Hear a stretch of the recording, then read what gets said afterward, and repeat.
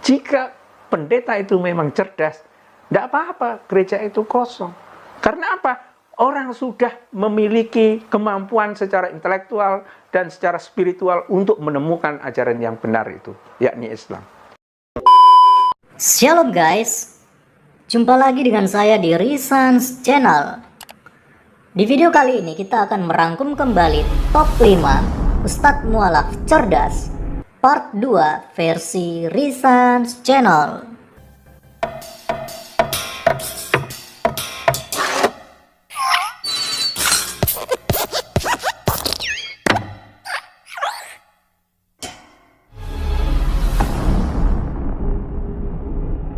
Untuk di posisi yang kelima, ada seorang ustadz yang mengaku merupakan seorang pakar bahasa Ibrani.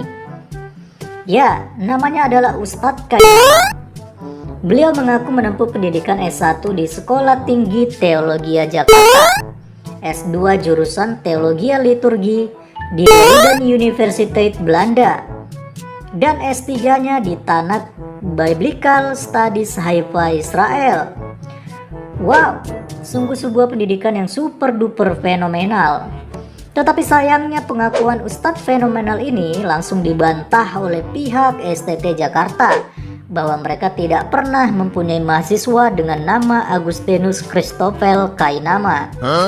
Dan bahasa Ibrani Ustadz ini juga pernah dikoreksi oleh Bapak Gracia Pelo, sehingga Ustadz Kainama kebingungan untuk ngeles mencari jawaban. Wow, ternyata Ustadz ini bukan hanya cerdas secara akademis saja guys, tetapi juga cerdas untuk ngeles. Sungguh seorang Ustadz yang multi talent. Indonesia itu tidak punya hubungan diplomatik dengan Israel. Jadi aneh ada orang Indonesia bisa sekolah di Israel. Kecuali saya ini orang Indonesia tapi sudah warga negara Australia atau Singapura, sehingga saya bisa masuk ke sana karena negara Australia atau Singapura punya hubungan diplomatik. Nah itu yang pertama yang saya tanya. Kedua, saya searching di internet, nama sekolah Anda itu tidak muncul di internet, tidak ada. Nama sekolah yang saya baca dari WhatsApp tuh.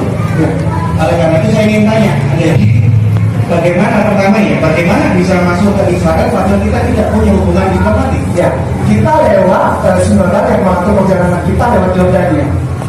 Kalau Anda lewat Jordania, Iya. pasportnya itu cuma 2 minggu. Setiap 2 minggu Anda harus kembali lagi, urus visa masuk. Iya. Jadi selama Anda di sana, Anda setiap 2 minggu bolak-balik. Ada yang mengurusi. Kita di sana. Ya. Takut, ya, udah ya, ya Pak Gracia, kami nggak berani, takut, ya, takut, ya, gitu aja.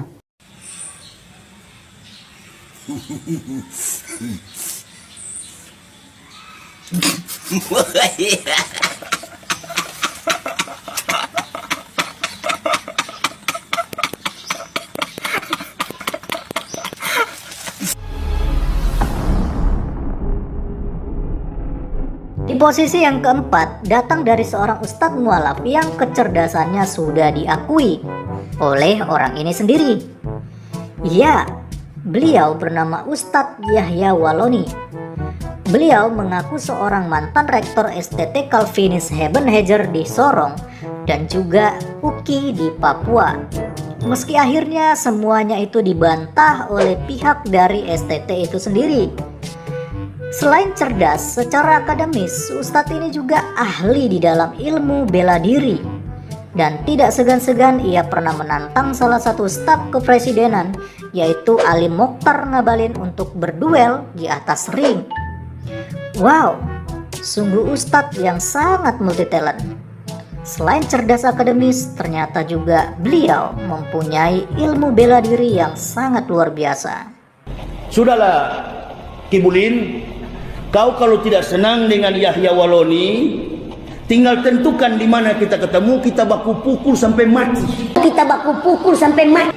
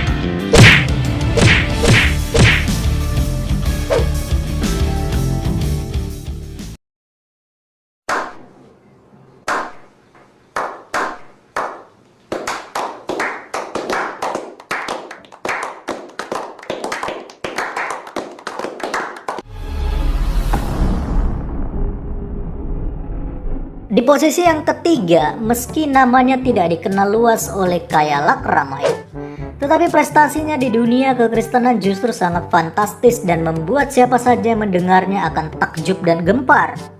Namanya adalah Bapak Philip T. Yehuda.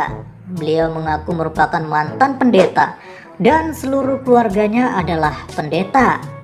Meskipun tidak ada yang tahu di gereja mana ia dan keluarganya menjabat sebagai pendeta. Apakah gereja di planet bumi? Atau jangan-jangan gereja di planet Namek? Beliau juga merupakan ketua misi gerakan kristenisasi di Asia yang tugasnya adalah untuk mengkristenkan Nusantara. Saking cerdasnya, Bapak ini mempunyai gelar akademis yang di luar batas kewajaran, yaitu Master of Art, Master of Divinity, dan Master of Theology. Wow! Bagaimana mungkin 3 gelar tetapi semuanya berhenti hanya di gelar master? Mungkin Bapak ini perlu juga untuk mengikuti acara Master Set supaya gelar masternya bertambah menjadi 4. Kami berlatar belakang dari keluarga para pendeta. Bapak saya pendeta, gembala sidang. Ibu saya pendeta, gembala sidang. Istri saya juga pendeta. Semua keluarga kami pendeta. Oh my God! Wow! Di posisi yang kedua merupakan seorang ustadz mualaf yang sukses yang kisahnya tidak cukup hanya dengan sebutan kata fantastis dan fenomenal. Ya, beliau adalah Ustadz Indra Stephen Wibowo. Merupakan mantan seorang pastor yang pernah ditawari oleh orang misterius dengan tas koper berisi uang 20 miliar dalam satu koper agar ustadz ini kembali ke agama Katolik.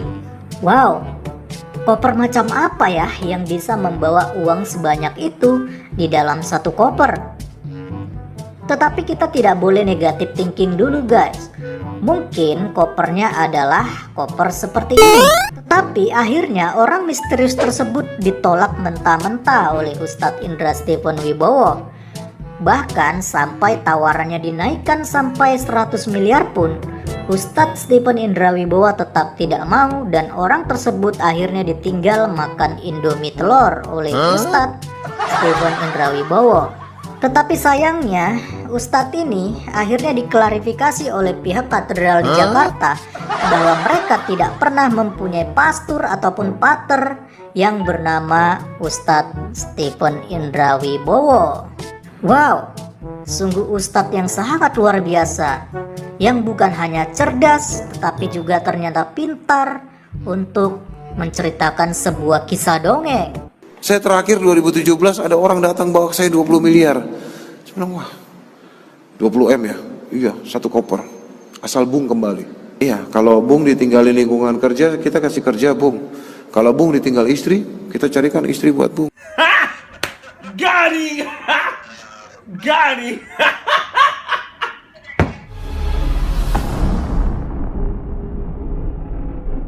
Dan untuk di posisi yang pertama mungkin teman-teman semua akan terkejut kenapa posisi pertama jatuh kepada Ustadz yang satu ini. Namanya adalah Ustadz Ragi, seorang ustadz yang sangat-sangat cerdas dan berkarisma. Beliau adalah ustadz cerdas dengan sederet gelar akademis yang sangat banyak. Ya, beliau merupakan alumni Institut Agama Kristen Bandung pada tahun 1989. Lalu Sekolah Tinggi Alkitab Asia Pasifik Bandung pada tahun 99. Dr. honoris causa juga pernah diterimanya dari UGM Jogja pada tahun 2003. Dan menariknya, beliau juga pernah sekolah di luar negeri, yaitu di Japan Missionaries TC pada tahun 88, lalu Jerman Mission House pada tahun 88, Terang Lintas Budaya pada tahun 88. Wow, bagaimana mungkin pada tahun yang sama dia bisa lulus dari 3 sekolah sekaligus? Bahkan ia juga pernah menjabat sebagai penginjil, gembala sidang, guru agama, kepala sekolah, manajer restoran, dosen, bahkan sampai menjadi sekretaris desa. Benar-benar sungguh luar biasa, bukan? Tetapi sayangnya semua nama-nama sekolah teologi tempat ia belajar tidak satu pun yang bisa ditemukan secara kasat mata. Wow, mungkin sekolah-sekolah tersebut berada di alam gaib, makanya tidak pernah ditemukan di planet bumi ini. Dan lebih luar biasanya lagi, beliau lulus dari 3 sekolah dengan tahun yang sama. Wow, sepertinya bapak ini mempunyai mesin waktu untuk bisa mengikuti semua perkuliahan. Atau jangan-jangan bapak ini merupakan seorang shinobi dari Konoha yang mempunyai jurus 1000 bayangan agar ia bisa mengikuti semua perkuliahan yang ada meskipun berbeda-beda negara. Akhirnya saya pergi aplikasi namanya penyesuaian. Ya studi banding lah kalau sekarang. Ke Jerman Barat, kemudian ke Jepang, Korea Selatan, New Zealand dan Zimbabwe. Pulang dari sana saya dinobatkan menjadi pendeta konsulen, wakil imam.